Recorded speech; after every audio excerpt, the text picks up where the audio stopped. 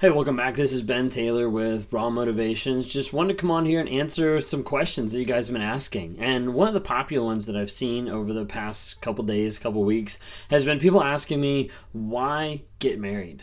Like, why would a narcissist actually get married? Like, what's the point? What's the reasoning behind it? Well, there's a couple different things that kind of go into it, and a couple different things I'd like to talk to you about, and even share a little bit of my story of why I got married. If you guys don't know who I am by now, my name is Ben Taylor. I run Raw Motivations. So I'm a self-aware narcissist. I'm on this platform to bring awareness about narcissism, growth, healing, and change. That's why I'm on the platform, so I can work with different people through one-on-ones, through coaching, through live events, through all the different types of things to help promote this awareness of what it is, the shit that it's done in my life, of how I've interacted and acted to other people, and how it's probably happening in your life. And you might need to wake up or have the awareness of what's actually going on. So anyways, a lot of people have been asking, why even get married? Like, what's the point behind it? Like, most narcissists end up cheating anyways, so why not just stay single? Why would someone actually want to be married and still do all those things? Well, you have to remember when we're talking about cheating, just in general, cheating for a lot of people has a big high, has a big adrenaline rush, has a big addiction, like dopamine that gets dumped out into your system when a person's cheating. It makes the sex a lot better. It makes the interactions a lot better. It makes the excitement of running around, being covert, kind of hiding, making, quick passes between people, like in the middle of the night, like whatever it might be. Those things can be really exciting for a lot of people. Now you add that to someone who's narcissistic and has an obsessive personality type, and those excitements get even more heightened, get even more excited. There's the aspect of being able to be with someone and then later on being able to be with someone else. That's the idea of like a conquest or an excitement part that a narcissist might have. There's the idea of those people interacting with each other or passing each other and them never realizing. I know many people that they've actually met the affair partner, that the partners have met each other and never known. They've come in contact through a gym or through work or through a church or something like that, and they've never known that the other person was the other person. Now, there's times in those relationships that they do end up finding out or they do know, but there's that high and there's that excitement of, can I get away with this? It's oftentimes what the narcissist is thinking of, like, can I make this happen? You see, with cheating with a narcissist, there's oftentimes an underlying principle of being able to have my cake and eat it too. If you haven't heard of that, that's kind of the phrase, that's kind of the thought that's kind of go through the narcissist's mind of, hey, how can I figure out how I can have this, but also have this, and not lose this at the same time, like going back and forth. This is why narcissists make like false realities. This is why they work on like disassociating different things, because they want to be able to live as full as they can sometimes in both moments so they can continue to partake in multiple people at the same time. Sometimes this will get even like conquest oriented, like how many people can someone sleep with or how many people can someone be with? And you start to think like, wait a second, like what's the point? Like, why even get married at all? Well, there's an aspect that with narcissism is the idea of always having a supply.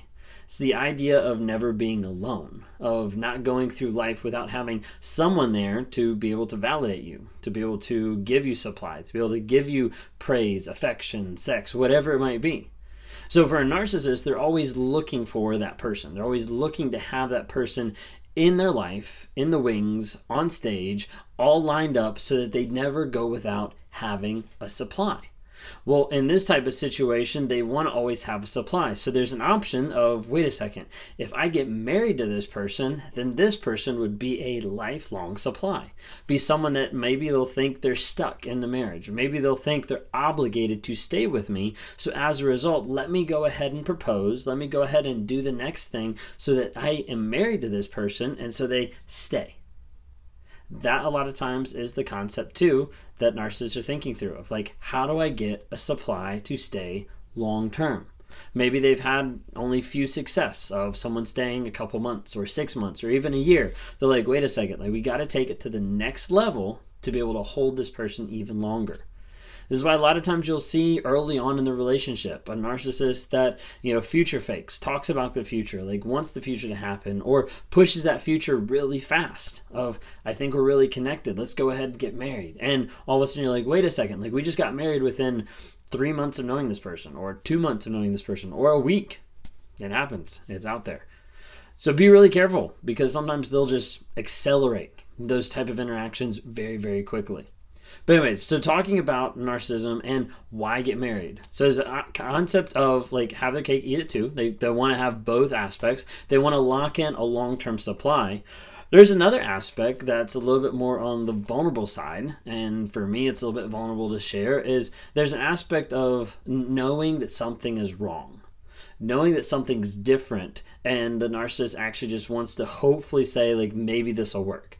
Maybe I'll find ideal love. Maybe I'll find the perfect partner. Maybe I'll find X, Y, and Z. And they're looking for something that's going to satisfy them or fulfill them, not understanding that they're never going to be satisfied and they're never going to be fulfilled with how they're pursuing things and with the void that's deep inside.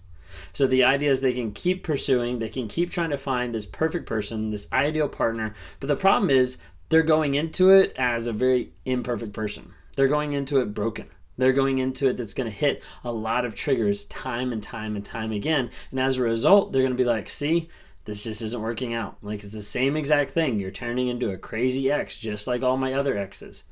And they start going down that hill of devaluation. This just doesn't work out anymore. For me, a lot of it seemed like it was natural. It was like the next thing in the order of events.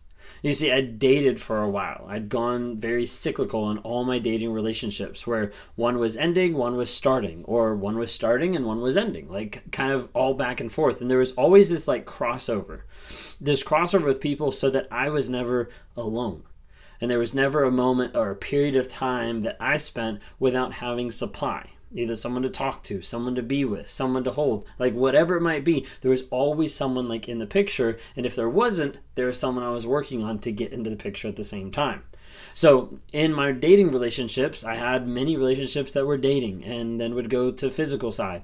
And then I was like, okay, now we need to take it to the next level. So then we go dating and then physical, and then I'm going to propose to this one girl. And so got to the place where I was getting ready to get engaged to somebody. And well, her dad told me no, and I thought that was ridiculous at that point in my life. So like that ended and kind of ended up in messy, crazy stuff. Anyways, that ended. And then the next person, I'm like, okay, so the next person is dating, physical, and engaged, and well, next step should be marriage, right? The problem is going into it, marriage doesn't fix me. And that's the hard reality, and that's the hard part that I didn't want to acknowledge and I didn't want to admit, because I walked in the marriage being broken, being messed up, and as a result, I did stuff that ultimately hurt my wife, ultimately hurt many other people in our lives because of the fact that I didn't work on me. All I was looking for was the next step, the next thing, the next supply, the next person. And as a result, it just keeps going. And so after marriage, that's why it just kept going. It kept going into cheating. It kept going into affairs. It kept going into all these different things because I hadn't fixed the trigger. I hadn't fixed the cycle. Someone in my life early on said something, and I didn't apply it to my life, but I'll never forget it. They said, if you feel like you're stuck, going round and round in circles, break the cycle. And that's something I could never fully grasp, and I could never fully figure out what was going on. So as a result, I continue that cycle time and time and time again.